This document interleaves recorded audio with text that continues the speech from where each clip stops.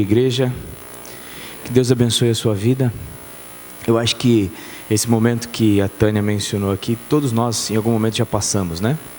Momento de reconhecer como nós somos frágeis, como que nós somos pecadores, como que a gente acaba falhando em meio ao nosso dia a dia. Mas a grande promessa é que a nossa vida, a nossa salvação não depende do que somos, mas depende do que Deus decidiu fazer e pelo que Deus é. Porque se fosse pelo que nós somos, nós estaríamos perdidos. E esse é um dos grandes dilemas do meu coração.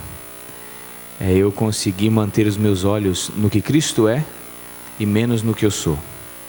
Porque quando eu consigo manter os meus olhos no que Cristo é, até os meus comportamentos passam a ser moldados por aquilo que estou contemplando. Agora, quando eu fico me divagando entre as minhas más ações e os meus maus pensamentos, automaticamente o que acontece? Parece que eu contemplo só o que é ruim. E quando eu contemplo só o que é ruim, isso passa a me transformar. Eu desejo a você hoje que você tenha um excelente sábado. Que não tenha nem muito sol, nem muita chuva. Que você não tenha nem muito sono, não esteja nem muito elétrico. Que você não tenha muita fome, mas também não seja muito faminto. E que hoje seja um dia de equilíbrio. Que você esteja equilibrado hoje. Que você alcance o equilíbrio nos seus relacionamentos, você alcance o equilíbrio consigo mesmo, que você alcance equilíbrio com o nosso Senhor e que o sábado seja um deleite para a sua vida, que você consiga descansar, porque à noite nós temos um encontro aqui novamente. Então que o dia transcorra bem e tranquilamente para que à noite nós nos encontremos. Você tem alguém que você está estudando a Bíblia? Tem? Traga para cá, por favor. Eu estou trazendo as pessoas aos quais estou estudando a Bíblia para cá. Diego, mas você já não está estudando a Bíblia? Vai vir aqui ouvir tudo de novo e coisas diferentes? Não importa. Não importa. Quando as pessoas se reúnem junto com a nossa família e a nossa família está em oração, com certeza é diferente. Ah, Diego, mas eu não sei se eu levo porque está chovendo. Traga. Eu não sei se eu levo porque ainda está em construção. O que eles vão pensar? Traga. E se eles não gostarem da música? Traga. E se eles não gostarem da mensagem? Traga. Porque eu vou dizer uma coisa para você que eu tenho descoberto a cada dia. Não somos nós que tocamos o coração das pessoas. É o Espírito que vai à frente. E se você crê que o Espírito vai à frente, não importa o que está acontecendo na igreja, nem o que a pessoa vai sentir, o Espírito Santo vai traduzir e ela vai ser tocada. Você crê nisso? Você acredita nisso? Posso falar o que estava... A primeira vez que eu pisei numa igreja adventista, foi numa igreja central, igreja de Bela Vista. Uma igreja grande, assim como essa. Adivinha qual que era o sermão do dia?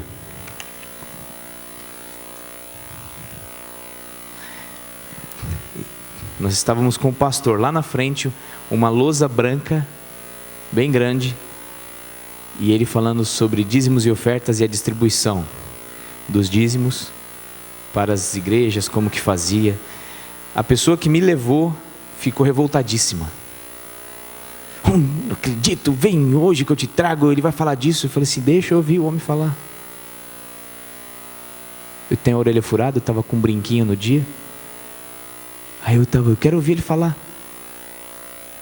Aí, ela revoltada. E eu querendo ouvir o que ele ia falar. Isso foi em finalzinho de 2004. 2005 eu me batizei. 2010 eu comecei teologia. E hoje, 2019, quase 2020, eu estou falando para um grupo de pessoas as quais acredito que pode ser um instrumento na mão de Deus, trazer pessoas para cá.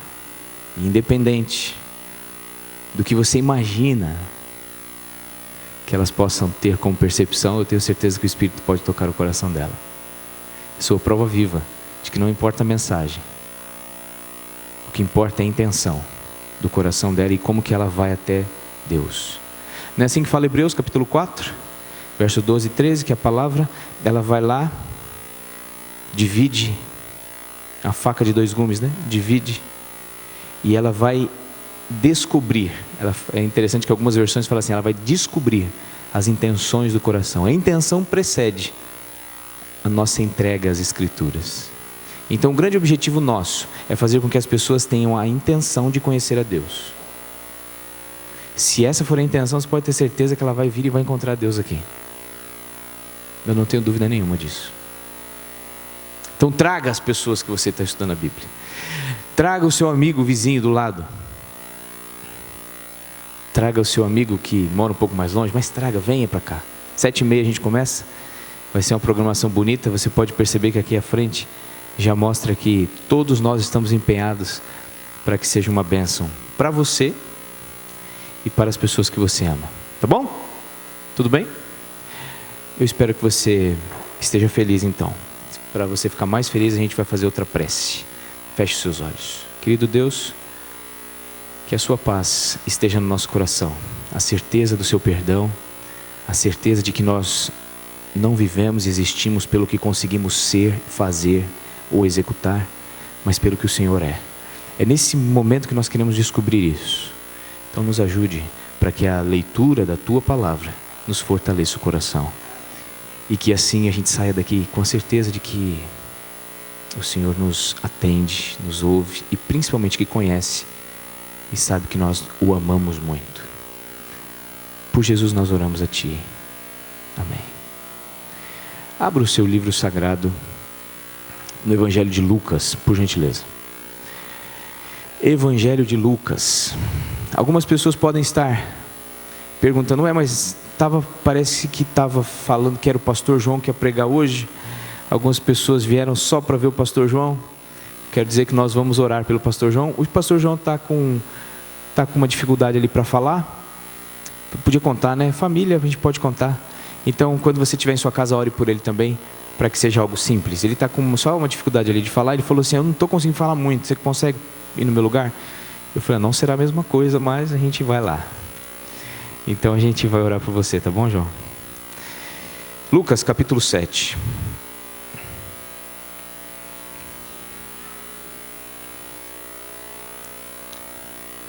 Lucas capítulo 7. O médico Lucas vai contar uma história. E a história, dentre as várias que ele conta, nós vamos ler a partir do verso 36. Lucas 7, verso 36. Eu começo a leitura assim, meus amigos. Convidou um dos fariseus para que fosse jantar com ele. Jesus, entrando na casa do fariseu, tomou lugar à mesa. E eis que uma mulher da cidade, pecadora, sabendo que ele estava à mesa na casa do fariseu, levou um vaso de alabastro com unguento. E estando por detrás aos seus pés, chorando, regava-os com as suas lágrimas e os enxugava com os seus próprios cabelos. E beijava-lhes os pés e os ungia com unguento. Vamos dar uma pausa aqui que eu quero dar alguns detalhes. Essa primeira frase, Jesus foi jantar na casa, foi convidado, né? Um fariseu convidou Jesus para jantar em sua casa. Aqui, sem nenhuma delonga, nesse pequeno trecho das Escrituras, já me mostra que esse fariseu que convidou Jesus para jantar, tinha uma intenção de agradá-lo, de homenageá-lo, e de uma intenção muito positiva, como se fosse uma gratidão para com Jesus. Por quê? Porque na época do Oriente Antigo, você não tem relatos, embora a hospitalidade fosse muito trabalhada naquele período, quando uma pessoa chamava ou convidava outra para compartilhar alimentos, ela estava dizendo o seguinte: você é importante para mim. Eu acho que não mudou ainda hoje, né? Hoje também é assim. a gente convida as pessoas e a gente quer fazer uma boa comida, a gente quer apresentar ali uma boa comida. Eu acho que é assim também, mas lá tinha muito isso. Quando você queria agradar alguém e essa pessoa era importante para você, o que você fazia? Você convidava para ela comer com você. Dividir alimento com as pessoas é visto na Bíblia, principalmente nessa cultura oriental, como um processo de criação de intimidade. Você cria intimidade com as pessoas. Lembra em Atos, quando os discípulos eles passam a se juntar de casa em casa, e se juntando de casa em casa eles repartem o pão? Não existe religião, se você for perceber na Bíblia, não existe religião desassociada de refeição. Você já percebeu isso na Bíblia? Sabe por quê? Porque a refeição é o ápice da intimidade. E não existe religião sem intimidade. E quando eu falo intimidade, eu não estou falando intimidade só com Deus. Porque a nossa intimidade com Deus, ela não é estabelecida pela troca de alimentos. A intimidade que a Bíblia cria é dizer o seguinte, da mesma forma que como que é o mandamento que Jesus diz, né? Quando perguntam para ele em Mateus 22, o mestre, quais são os 2 grandes mandamentos? Ele fala, ame a Deus e ame ao próximo. O seu parâmetro, o parâmetro da sua intimidade com Deus, ela precisa, ou na realidade não é que precisa, ela é refletida em sua intimidade com o próximo.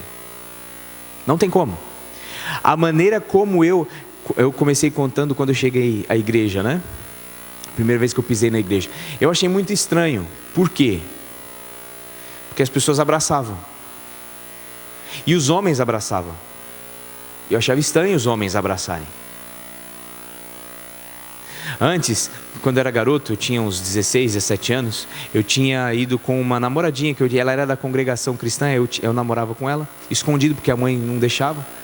Mas aí um dia eu criei coragem, 16, 17 anos, fui falar com a mãe dela, falei assim, tudo bem? Ela estava varrendo o quintal. E a menina sempre falava o seguinte, se ela descobrir que a gente namora, ela vai me pôr para fora de casa. E na minha cabeça de garoto ficava assim, como que uma mãe que vai, porque para mim quem ia à igreja entrava com as asas escondidas e saía com as asas escondidas, só soltava as asas aqui dentro. Eu falei, como que uma mãe vai colocar você para fora? Onde já se viu isso? Meu pai, que é maloqueiro, não me põe para fora? Meu pai é um tremendo pai, mas a gente nunca teve parâmetros religiosos. Ela, não, ele vai me pôr para fora. Eu fui falar com ela. E aí a primeira coisa que eu falei, eu já cheguei assim, dona fulana, eu gosto muito da sua filha. Eu estou disposto a ir para a igreja com vocês. E estava mesmo. Nunca tive nenhum receio de ir à igreja. Fui para a igreja com eles um bom tempo. Só que eu falava para minha namorada, eu falei assim, fala para os homens de lá não vir me beijar não, porque falava que eles tinham aqueles negócios do ósculo santo, né? Fala para aqueles homens não vir me beijar não, hein? Ninguém vai ficar me beijando. Quando chegou na igreja adventista, eu já estava mais tranquilo com relação a isso, porque eu já tinha ido em outras igrejas também. E aí quando eu cheguei lá, eu descobri que os homens abraçavam. E aí eles vinham e davam uns agarros, né? Imagina como que era meu abraço, né? Falei, eu não estou muito à vontade com isso aqui. Mas é interessante que com o passar do tempo, quando você vai entendendo o que é Deus, o que são as pessoas, o que representa a igreja, é interessante como você vai baixando a sua guarda para isso. Então é inevitável o relacionamento com Deus, é inevitável, ele cria, ou se você quer, não é que é um termômetro preciso, tá? Não é 2 mais 2 igual a 4, mas você quer ter uma noção da intimidade com a pessoa, com Deus, você pode olhar a intimidade que ela tem com o seu próximo. A disposição que ela tem em servir, em amar, em abraçar, em ouvir, em falar, em aconselhar. Você pode ter certeza, a importância que ela dá ao próximo é estabelecida principalmente pela interação que ela tem com Deus. O dia que você vai falar então, quem não conhece a Deus, como eu durante um tempo, você não se importava com outro? Sim, nós amamos as pessoas também. As pessoas que não creem em Deus também amam pessoas, né? Mas a compreensão do amor que você tem pelo próximo, ela se torna muito mais aguçada quando você entende o que Deus fala sobre amar. Entende? Bom, falei tudo isso para dizer o seguinte: Jesus, ele era uma pessoa que estava sendo benquista, foi convidado a jantar. Chegou na casa do fariseu. Que fariseu é esse? Os evangelhos de Marcos, Mateus falam sobre Jesus curando um fariseu chamado Simão. E esse Simão foi curado da lepra. E aí o que acontece? Nesse contexto, provavelmente essa mulher, de acordo com a nossa irmã White, seja Maria Madalena, ela se aproxima de Jesus. Como que Jesus está? É interessante que na sua Bíblia está escrito assim: ela se aproximando por detrás, passou a lavar os pés de Cristo. Por que por trás? Como que eram a maneira de se comer na época? A gente acha que a pessoa chegava à mesa, tinha a cadeirinha, puxava a cadeira, sentava. Não. As mesas eram onde? No chão. Inclusive tem uma... Eu não sei se vocês já assistiram aquele filme A Paixão de Cristo, que foi escrito por Mel Gibson. Vocês já viram esse filme?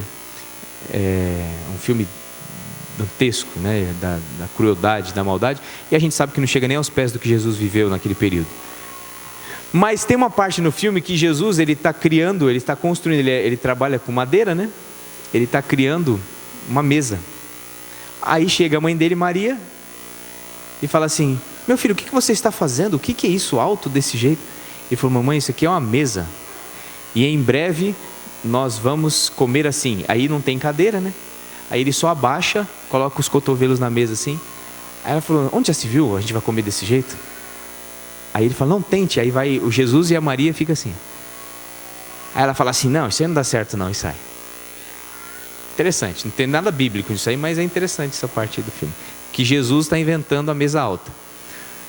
Mas eles comiam lá embaixo, lá no chão. E como que eles faziam? Eles chegavam, logicamente, você sabe por que lavavam os pés? Porque a gente não tinha esses sapatos legais que a gente tem hoje. Você ficava com os pés expostos, no caminhar enchia de poeira. E como os pés ficavam próximos do alimento, eles precisavam ser lavados. E aí você sentava, mas você deixava os seus pés mais para distante do alimento. Então imagina que era uma posição meio assim. Sabe quando você senta, põe os pés para trás e se apoia com o cotovelo assim? Aí você fica assim, é porque não dá para fazer aqui agora, mas você apoia assim, senta, apoia o cotovelo e põe os pés para trás. Conseguiu visualizar? Eu fiquei meio torto assim, né? Você põe para trás. Nessa posição, apoiado, a pessoa vai lá com o alimento, pega, leva a boca. Pega outro alimento, leva a boca. E os pés aqui para trás. E aí como que a Maria vem? Ou a mulher, né? Vou trabalhar com a expressão mulher, como a Bíblia faz. A mulher vem por detrás e passa a lavar os pés de Jesus. Chora e seca com seus cabelos. Então estava fora da interação de quem estava comendo ali à mesa, mas estava atrás. Mas o que acontece? Nessa situação, o fariseu vê essa mulher fazendo isso. E olha só o desenrolar da história. Verso 38. Ou melhor, verso 39. Ao ver isto, o fariseu que o convidara disse consigo mesmo. O que quer dizer consigo mesmo? Pensar. Se este fora profeta, bem saberia quem e qual é a mulher que lhe tocou, porque é pecadora. Amigos, olha o pensamento desse fariseu. Jesus está ali conversando, ele vê que a mulher se aproxima por detrás, começa a tocar aos pés de Jesus, e esse fariseu então pensa: se esse homem fosse profeta, ele saberia que essa mulher é uma pecadora e não deixaria com que ela tocasse nele. Eu acho muito legal porque esses pensamentos hoje em dia invadem a nossa cabeça de vez em quando. Não, Diego, eu nunca pensei que uma pessoa que vem por trás da outra e toca nos pés dela é pecador. Não nesse sentido, mas em algum momento nosso pensamento já vem: nossa, como que fulano está lá na frente? Como que fulano faz isso? Onde já se viu falar assim ou agir assim? A gente é meio assim, a gente tem essa habilidade. Só que o fariseu não contava com a astúcia de Jesus. Olha só. Verso 40, continua agora, né? Dirigiu-se Jesus ao fariseu e lhe disse: tenho a dizer-te. Ele respondeu: dize, mestre. Certo credor tinha 2 devedores. Um lhe devia 500 denários e o outro 50. Não tendo nenhum dos 2 com o que pagar, perdoou-lhes a ambos. Qual deles, portanto, o amará mais? Respondeu-lhe Simão: suponho que aquele a quem mais perdoou. Replicou-lhe: julgaste bem. E voltando-se a mulher, disse a Simão: vês esta mulher? Eu entrei em tua casa e não me deste água para os pés. Esta, porém, regou os meus pés com lágrimas e os enxugou com seus cabelos. Você não me deu um beijo santo. Ela, entretanto, desde que eu entrei, não cessa de me beijar os pés. Você não me ungiu a cabeça com óleo, mas esta com bálsamo ungiu os meus pés. Por isso te digo, perdoados lhe são os seus muitos pecados, porque ela muito amou. Mas aquele a quem pouco se perdoa, pouco ama. É interessante aqui, e a gente já vai ler os versos finais, que Jesus, ele apresenta, só nesse trecho, ele me apresenta 2 características que são importantes. Quando nós nos relacionamos com alguém, não é importante você conhecer a pessoa? O que vocês acham? Sem dúvida, não tem como, inclusive, se relacionar sem conhecer, certo? Jesus se apresenta aqui ele apresenta 2 características muito importantes que ele tem. Só um adendo. A princípio parece que a mulher, quando Jesus falou o seguinte: você não fez isso, não fez aquilo, mas ela fez. Parece que a mulher foi perdoada pelo que fez. Não parece? Mas a gente vai descobrir que não foi. É um ledo engano achar que Jesus perdoou essa mulher e falou o seguinte: você não me deu um beijo, ela deu. Você não me ungiu, ela ungiu. Você não lavou meus pés, ela lavou. Então é o seguinte: pelo que ela fez, os seus pecados estão perdoados. É um perigo nós olharmos para esse texto dessa forma. Mas vamos por partes. Quando o fariseu pensa: Jesus, profeta. Se ele fosse profeta, saberia que ela é uma pecadora. Você acha que Jesus conseguiu saber os pensamentos dele? O que você acha? Algumas pessoas querem dizer o seguinte: é que Jesus não tinha habilidade de ler pensamentos. Jesus, ele fazia o quê? Jesus, ele olhava e percebia as atitudes da pessoa. Volta uma página aí, lê no capítulo 6, verso 8, uma expressão bíblica de Lucas.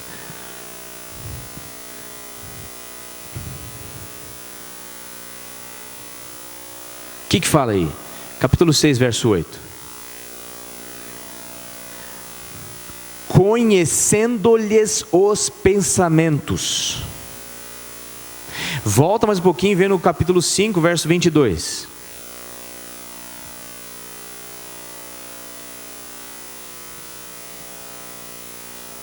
O que fala aí?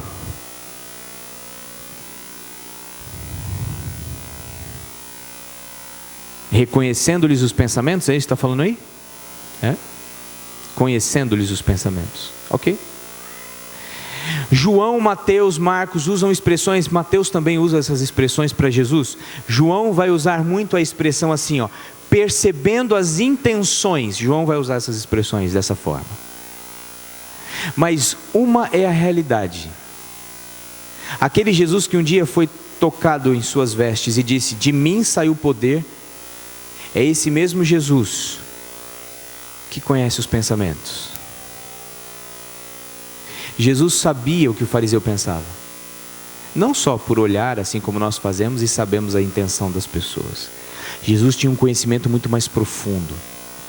Aquele conhecimento dado pelo Espírito Santo a Pedro em Atos 5, 12, 3, 12, quando ele está lidando com Safira e em meio à sua mentira pela venda do terreno.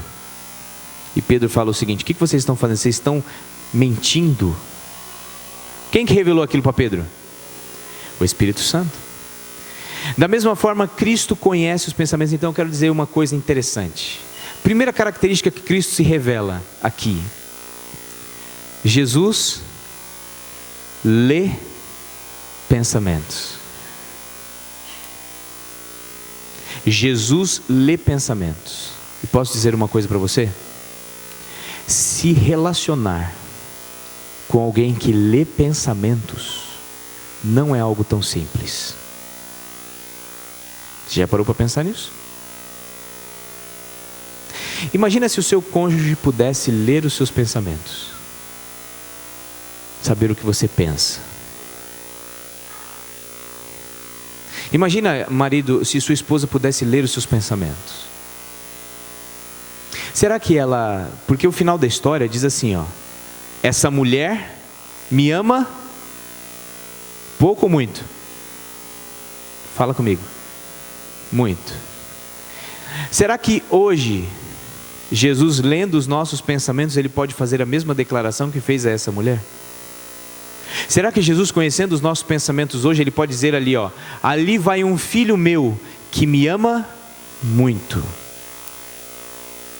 Se o seu cônjuge pudesse ler o seu pensamento, será que ele poderia dizer assim: ah, meu marido me ama muito? Sabe quando sua esposa pergunta assim para você: como estou vestida? Estou bonita? E passa várias coisas na sua cabeça. Dentre elas, por que demorou tanto? Já pensou se ela pudesse ler os seus pensamentos e ver tudo que passa na sua cabeça? Será que vocês estariam juntos hoje ainda? Eu tenho as minhas dúvidas com relação a o que a Flávia diria. Acho que ela ficaria inquieta com os meus pensamentos. Como que você pode pensar isso? E eu ia falar assim: mas gente, deixa eu pensar. E ela lendo os meus pensamentos, já pensou? Deixa eu falar para você uma coisa. Olha bem para mim. Jesus lê pensamentos. Agora a grande pergunta: como que eu posso me relacionar com alguém que lê pensamentos e essa pessoa ainda continuar me amando muito? Não é um problema? Não é um dilema sério aqui?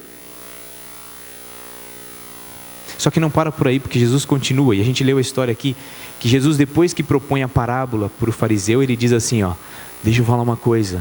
Quando eu entrei na sua casa, Simão, você não me lavou os pés, ela lavou. Você não me deu um beijo, ela deu nos pés. Você não me ungiu a cabeça, ela me ungiu os pés. Então a segunda e mais intensa característica de Jesus é que Jesus repara. Você já ouviu essa expressão? Repara. Jesus está atento aos detalhes. Jesus, ele sabe o que nós vivemos, o que nós fazemos, o que nós somos nos nossos momentos particulares, no nosso dia a dia, nos nossos olhares momentâneos ao longo de uma caminhada. Jesus sabe onde nós estamos navegando, Jesus sabe os livros que estamos lendo. Jesus sabe, ele percebe os olhares maldosos que às vezes temos para com o outro. Jesus percebe tudo o que nós fazemos. E aí eu pergunto de novo: se relacionar com alguém que percebe cada detalhe da nossa vida, nos momentos íntimos e particulares, e nos momentos públicos, e nos momentos em que estamos interagindo em sociedade, não é algo tão simples. Agora parece que está ficando mais difícil. Imagina só, Jesus lê pensamentos e Jesus repara tudo o que eu faço, em detalhes. Aí você fala assim, ó: não tem jeito. Como que eu posso me relacionar com alguém dessa forma e, assim como essa mulher, ouvir da boca dele o seguinte: ela me amou muito? Ou seja, Jesus lendo os pensamentos, reparando em todos os detalhes, olha para uma pecadora e diz o seguinte: ela me amou muito. E ele vai dizer o seguinte: que ele a perdoa e ela o ama, e na realidade o perdão de Jesus não está relacionado ao que ela faz, não é aos detalhes que ele percebeu que ela faz, mas é o que a moveu a fazer, o que a levou a fazer. Porque, amigos, fazer coisas boas qualquer um faz. Você acha que quem ganha em fazer caridade? Nós, dentre muitos grupos religiosos ou não religiosos, você acha que nós ganhamos deles? O que vocês acham? Não. Eu trabalhei com um major que era maçom. E aí ele vivia me pedindo para ir resolver coisas quando eu trabalhava interno, resolver coisas na loja maçônica, levar documentos e um monte de coisa. Sabe o que ele fazia no final de semana, quando eu pegava escala com ele? Ele comprava um monte de presentes ou acessórios e coisas de necessidade pessoal, e a gente saía de final de semana de viatura, passando nos orfanatos, nos asilos, e deixava lá, atendia, contratou até Papai Noel uma vez para levar para as crianças, fez festa. Era um homem que insistentemente fazia caridades. É interessante que ele não professava nenhuma fé. Fazer coisas boas, qualquer um faz. A grande sacada de tudo isso é que esse Deus que conhece o coração e que repara tudo que eu faço, entenda quais são os motivos pelos quais eu estou desempenhando essas tarefas. E ele entendeu isso na mulher. E quando ele entende isso na mulher, quando ele começa a entender a intenção do coração dela, e o coração dela nesse momento estava sendo movido pelo quê? Por uma profunda tristeza que fez a perceber que ela era uma pecadora. E quando ela entendeu o tamanho de seu pecado, automaticamente ela começa a ter que buscar uma saída, e ela começa a entender o tamanho da grandiosidade de Deus. Agora, quando nós não entendemos o tamanho do nosso pecado, dificilmente vamos ter a percepção clara do tamanho da grandiosidade de Deus. Vocês entendem aqui o problema? Então Jesus, não caia nesse risco. Jesus não perdoa a mulher pelo que ela faz, mas pela forma como ela estava perante Ele. Ela estava disposta a aceitar o seu perdão.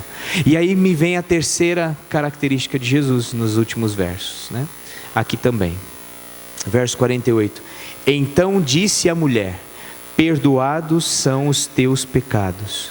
Os que estavam com ela à mesa começaram a dizer entre si: quem é este que até perdoa pecados? Mas Jesus disse à mulher: a tua fé te salvou, vai-te em paz. O relato termina aqui, mas ele termina com uma das mais incríveis características de Jesus. Qual é? Ele perdoa. Jesus é perdoador. Se só nesse texto nós conseguíssemos ver que Jesus lê pensamentos, isso me deixa aflito. Posso falar uma coisa para você? Jesus sabe o que está passando no seu pensamento agora. Eu não sei, é muito mais fácil me relacionar com você devido a isso, mas Ele sabe. É interessante que Jesus reparou cada um dos detalhes até esse exato momento, desde a hora que você acordou até agora. E aí você fala assim: Diego, mas como que Jesus então pode olhar para mim e dizer, ou ter a ideia de que eu o amo muito? Por um único motivo. O motivo que fez com que Jesus pudesse dizer àquela mulher: ela me amou muito. Sabe qual? Ele perdoa. A história, ela conclui nisso e chama a nossa atenção e dá ênfase a isso. Porque as pessoas começam a dizer: quem é esse homem que perdoa até pecados? Eles não se interessaram muito pelo fato de Jesus entender o que passava na mente de Simão, ou de reparar em cada detalhe e falar: nossa, Jesus está atento aos detalhes. Não, eles falaram o seguinte: Ele perdoa pecados. E pelo fato dele perdoar pecados, Ele pode olhar para mim, para você hoje, sabendo o que nós pensamos, o que estamos pensando agora, e reparando em cada detalhe da nossa vida e dizer o seguinte: ali está uma pessoa que me ama. Você acha que Ele pode dizer isso? Pode sim. E sabe por que eu tenho certeza? Você talvez pense assim: não, Jesus não pode fazer isso comigo porque eu sou terrivelmente pecador e não tem como. E aí eu faço enaltecer as palavras de Jesus: aquele que muito se tem a perdoar e é perdoado, muito ama. Então, uma coisa interessante nesse texto é que, da mesma forma que temos uma visão clara do que somos, ter a visão e a percepção clara do que Jesus é o que nos dá esperança, amigos. Entender o que somos é importante, mas se parar nisso, seremos cristãos tristes, carrancudos, julgadores, tristes. E Jesus está dizendo o seguinte, insistentemente: vivam a alegria do Senhor. Qual que é a alegria do Senhor? Onde está isso? Sabe onde está isso? Na esperança que se cria em saber que, a despeito dele ler os meus pensamentos, reparar em tudo que eu faço, ele me perdoa. E o fato dele me perdoar é quando ele diz o seguinte: o meu relacionamento com você não depende do que você é, mas sim do que eu sou. Essa é a essência do Evangelho. Essa é a essência do Evangelho. O nosso relacionamento não depende do que você é, mas sim do que eu sou. Não importa o que eu sou, mas o que Deus se dispõe a ser, pelo amor que tem por nós. Esse deve ser o pressuposto para a gente nortear e motivar a nossa vida religiosa. Qualquer coisa que não esteja fundamentada nisso se torna legalista, superficial, rasa e vazia. Porque eu vou dizer uma coisa para você: estava ontem na União compartilhando da lição com os amigos de lá, e eu digo para você uma coisa que eu acredito muito, que eu falei para eles: amigos, pessoas que não creem em Deus podem seguir os mandamentos bíblicos. Vocês sabiam disso? Vocês sabiam disso? E eu estou falando por causa assim, de experiência, de ver, de saber, de conhecer. Pessoas que não creem em Cristo, em Deus, seguem mandamentos, simplesmente porque os julga mandamentos éticos. Pegam os princípios bíblicos e vivem esses princípios porque julga que são éticos. E isso vai favorecer um bem-estar social. Você acha que guardar mandamentos é algo grandioso demais para nós? Mas quando eles são resultados e frutos de um relacionamento muito mais íntimo e próximo com Deus. Diego, devo guardar os mandamentos? Claro. Mas por que você o guarda? Jesus está dizendo o seguinte: não se turbe. Lembra que ele se turbe o vosso coração? Lógico, em outro contexto. Mas ele continua, essas palavras sempre ecoam no meu ouvido, dizendo assim: Diego, não se desespere, porque você é falho, mas o meu amor por você não depende do que você é. Eu sou eu, e não importa o que você é, e o que você é não muda o que eu sou. É a coisa mais bonita do Evangelho. O que você é não muda o que eu sou. Agora, se você se dispuser a viver em amor comigo, você vai seguir os mandamentos. Não porque são mandamentos, mas porque são um estilo de vida que você vai incorporar diante desse nosso relacionamento. Quando você errar, você sabe que você não tem um Deus, que às vezes eu lembro daquelas, não que eu ouvi quando era criança, mas a primeira vez que eu ouvi eu fiquei um pouco assustado. Cuidado olhinho com o que vê. Lembra daquela música? Cuidado boquinha com o que fala. Como que termina essa história? Porque está fazendo o quê? Não dá uma agonia? Você fala, está olhando, aí você vê esse aqui, eu ainda falo que ele repara em todos os detalhes e lê seus pensamentos e fala, agora não tem mais salvação para mim. Amigos, Jesus perdoa. E a minha maior esperança é que você, quando entender e internalizar essa essência do Evangelho, você possa ter a certeza que, saindo por essa porta fora, Jesus pode olhar para você de onde ele estiver e dizer, ali vai um filho que me ama muito. Ali vai um filho que me ama demais. Não pelo que ele faz, mas pela compreensão que ele tem do que eu sou na vida dele. Essa é a essência do Evangelho. Que Deus te abençoe. E que diante dessa percepção você entenda que Jesus sim sabe os seus problemas, sabe suas debilidades, mas Ele te perdoa e está disposto a te amar loucamente, intensamente, se assim você quiser. E Ele vai fazer. Está disposto a fazer isso? Está disposto a abrir o seu coração e falar: Senhor, como um pecador eu me ajoelho, me jogo diante do Senhor. Mas isso só para descobrir o quanto amo. O quanto amo. E que esse amor motive a nossa vida. Direcione os nossos passos. Guie os nossos pensamentos e as nossas atitudes. Você fica em pé para a gente orar?